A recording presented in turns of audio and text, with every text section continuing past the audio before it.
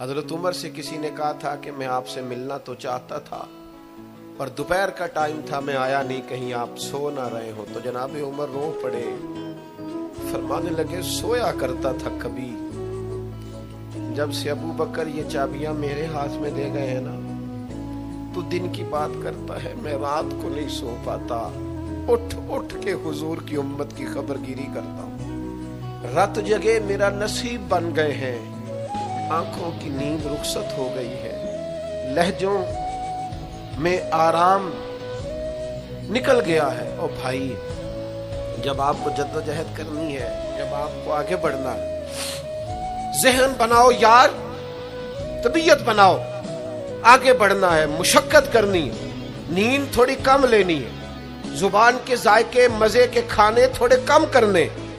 ہم نے اپنی مرضی سے وہ لیٹے ہیں، وہ آرام کر رہے ہیں، اس سے تھوڑا اٹھ کر سوچنا ہے۔ امام علی مقام کا پیغام یہ ہے کہ تو بڑا تب بنے گا جب تیری زندگی محنت والی، کوشش والی، جدوجہد والی ہو۔ اور پھر اس کے بعد کیا کرنا ہے؟ ایک کوشش کرنی ہے۔ اس کے بعد اگلا کام یہ ہے کہ جہاں رب رکھے نا وہاں رہنا بھی ہے، اس کی رضا پہ۔ جب آپ مسلمان ہوتے ہیں نا، کلمہ پڑھتے ہیں تو ہم اعلان کرتے ہیں آج کے بعد فیصلے میرے نہیں چلیں گے، فیصلے اللہ کے چلیں گے۔ لیکن پریشانی پتہ کب ہوتی ہے؟ جب ہم فیصلہ اپنی مرضی کا مانگتے ہیں۔ وہ بھائی جب تو مالک کا غلام ہے، بندہ ہے، تو پھر دکھ کس چیز کا نام ہے؟ کسی درویش نے کہا تھا دکھ کس چیز کا نام ہے کہ اللہ کی مرضی اور ہے اور تیرا ارادہ اور ہے۔ تو کہتا ہے بات اس طرح بنے جس طرح میں چاہتا ہوں، اور رب کہتا ہے نہیں میں نے فیصلہ کر لیا ہے۔ پھر تو دکھی ہوتا ہے۔ سکھی بھلا کون ہوتا ہے؟ جو رب کر دے وہ کہے بالکل ٹھیک ہے، وہ کہے بالکل۔ اور قرآن مجید نے اسے بیان کیا، رضی اللہ عنہم ورضوا عنہ۔ یہ کربلا کا دوسرا پہلو، ایک پہلو مشقت جدوجہد، ایک پہلو یہ کہ رضی اللہ عنہم ورضوا عنہ۔ اللہ کہتا ہے میرے بندوں کی شان یہ ہے کہ اللہ ان سے راضی ہے اور وہ اللہ سے راضی ہے۔ اللہ ان سے راضی ہے اور وہ بھی راضی ہے اللہ سے۔ اللہ نے جہاں رکھا ہے وہ اللہ سے۔ ایک پہلو یہ ہے کہ اللہ راضی ہو جائے، ایک پہلو یہ ہے کہ بندہ راضی ہو جائے۔ رب فرماتا ہے ذالک الفوز العظیم، وہ اللہ سے راضی، اللہ ان سے راضی، یہ بہت بڑی کامیابی ہے۔ امام محمد غزالی رحمۃ اللہ علیہ سے کسی نے کہا تھا زیادہ مشکل کیا ہے، اللہ کا راضی ہونا کہ بندے کا؟ تو امام صاحب فرمانے لگے رب تو مہربان ہی بڑا ہے، بڑی جلدی راضی ہو جاتا ہے۔ دو صرف آنسو بہائے سچی توبہ کے مالک راضی ہے۔ کسی غریب کی مدد کر دے اخلاص سے، اللہ راضی ہے۔ اللہ تو جلدی راضی ہو جاتا ہے، مشکل یہ ہے کہ بندہ نہیں راضی ہوتا۔ یہ اس نے ہر روز ایک نئی امید لگائی ہوئی ہے، ہر روز اس کا نیا رنگ ہے، یہ راضی نہیں ہوتا۔ حضرت موسیٰ علیہ السلام نے اللہ کی بارگاہ میں عرض کی، مالک میری قوم یہ عرض کرتی ہے کہ تو بتا تو ہم سے کیسے راضی ہوگا۔ حضرت موسیٰ اپنی قوم کی عرض لے کر مالک کی بارگاہ میں کوہ طور پہ حاضر ہے۔ او یارو اسے دل کی تختی پہ لکھ لینا۔ عرض کی مالک میری قوم کہتی ہے رب کریم کے حضور عرض کریں کہ ہمیں بتائے ہمارا رب ہم سے کیسے راضی ہوگا۔ تو حضرت کلیم کہتے ہیں جب رب کی بارگاہ میں عرض کیا تو مالک نے فرمایا ان سے جا کے کہو وہ مجھ سے راضی ہو جائے، بس وہ راضی ہو جائے میں بھی ان سے راضی ہو جاؤں گا۔ حضرت سیدنا عبداللہ ابن عمر رضی اللہ تعالیٰ عنہ کا صاحبزادہ بڑا سخت علیل ہو گیا۔ بچے بیمار ہو جائیں تو تکلیف بڑی ہوتی ہے انسان کی طبیعت کو۔ حضرت عبداللہ ابن عمر کے بیٹے بڑے سخت علیل ہو گئے۔ جناب عبداللہ ابن عمر بڑے پریشان ہیں، کبھی ادھر جاتے ہیں کبھی ادھر جاتے ہیں، اس حکیم کے پاس، اس طبیب، سخت پریشان۔ آپ کے دوست احباب دیکھتے کہ حضرت عبداللہ ابن عمر بڑے سخت آزمائش میں، بیٹے کا انتقال ہو گیا، صحت نہ ہو سکی، اللہ کا حکم آ گیا۔ اب یہ جو انتقال ہے یہ ظاہر ہے بیماری سے زیادہ مشکل کام ہے، بیٹا چلا ہی گیا ہے۔ لیکن وہ لوگ کہتے ہیں جب ہم بعد میں تعزیت کرنے کے لیے گئے تو جناب عبداللہ ابن عمر کو بڑا مطمئن دیکھا۔ تو ہم نے عرض کی کہ حضور